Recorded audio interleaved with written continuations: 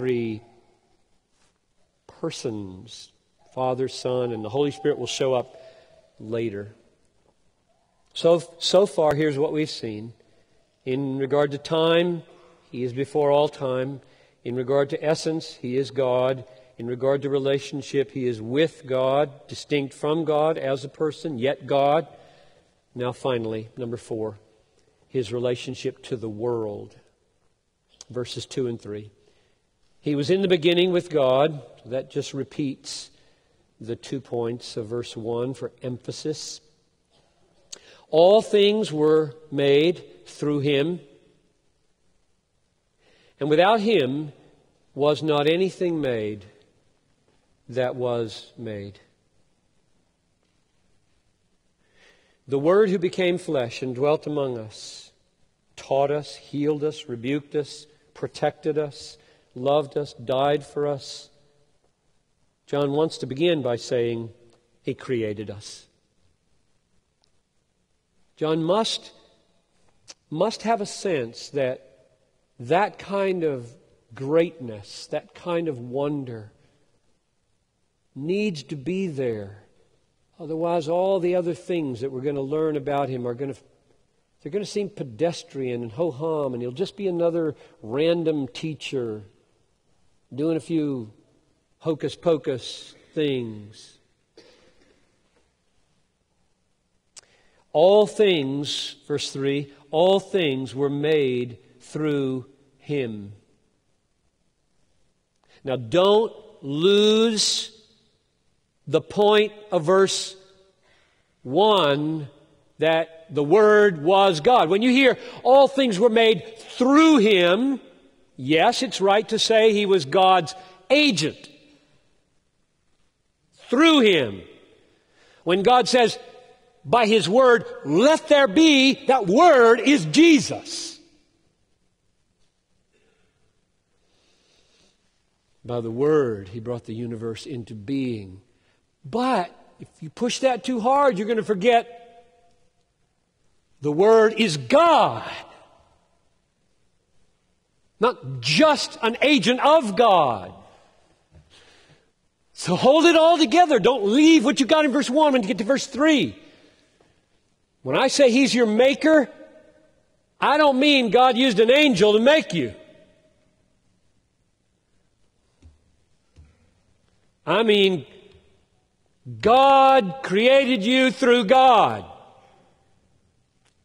And they are so mysteriously one as to leave us simply saying, Jesus made us, and the Father made us, and there was a relationship of agency involved, because by the Word He brought us into being.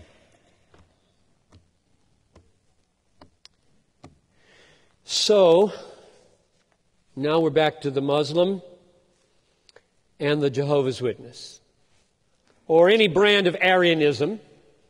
4th century, first really big heresy, Arianism, because Arius said, there was when the Word was not. Meaning, He came into being. He was a creature. Athanasius,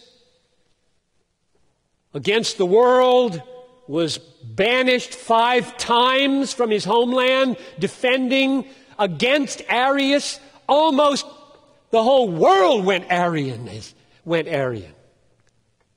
except for Athanasius standing.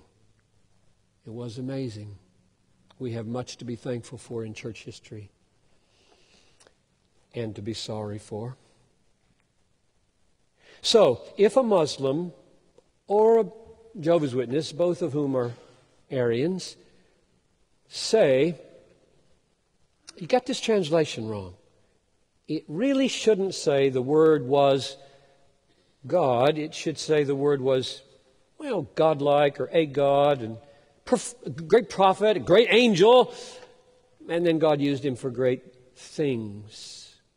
You can know that's not true just because of verse 3. I can show them this. It says in verse 3, first, all things were made through him. Now you might think that's enough right there. That's enough. He's not a creature. He created creatures. Isn't that enough? All things were made through him. But they will surely say, well, not really, because when it says all things were made through him, of course, the one who made all things is excluded from the all things and is himself then made. And you might say, just on the basis of that, well, it's not obvious to me that he's excluded from, that he's not the one who makes creatures rather than being in the all things made. Because it doesn't look like he's in the all things made. He made all things. If it were just left at that, you'd have an argument and you'd go on and on. He didn't leave it at that. He went on to say this, and without him was not anything made that was made. Why do you do that? Why did God inspire him to repeat himself and then add, without him, nothing was made in the made category? If he's in the made category, he had to make himself. If you don't exist, you can't bring yourself into being. I don't think you need to know any Greek. You don't need to go to Thomas, though that might help. Hebrews 1 might help. Romans 9 might help. Colossians 2 might help. The deity of Jesus Christ, the godness of Jesus is pervasive in the New Testament, but all you need to do is push with all your might on verse 3 and say, I think the way verse 3 is constructed, without him was not anything made that was made. Everything in the made category, angels, whatever, he made it. So he can't be in that category. End of argument. See you later. One little thing you might try with Jehovah's Witnesses at the door, because I don't think we should play games. I think we should care about their souls. I don't think they're believers. I don't think they're Christian. So my tactic now, I've done this for years. They ring the doorbell, have their magazine, whatever, and I say, I think I understand where you're coming from. I've talked to Jehovah's Witnesses a lot. I'm a Christian who believes deeply that Jesus Christ is not a mere angel and that he is very God, a very God. I know you don't believe that, so I don't want to get into a discussion, but I would like to pray for you. And if you would just bow with me, let's ask Jesus to come and show us who's right here. I have never had one of them let me do that. Never. One old man ran as fast as he could off my porch. So that's just my suggestion, is that if you don't have time to sit down and talk about what I just said, I really mean this with all my heart. I believe Jesus will show up like on Mount Carmel, and they'd know he might show up. And none of them has ever said, well, fine, let's have a truth encounter here.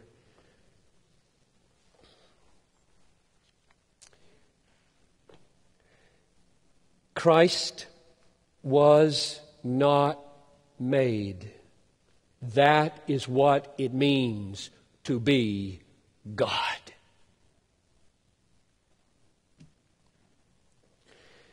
May the Lord, in this series, help us to worship Christ. If you're here tonight or today at the South Campus or the North Campus, and you don't bow the knee to Jesus as your Lord and your God, may the Lord open your eyes as you read this gospel, and he testifies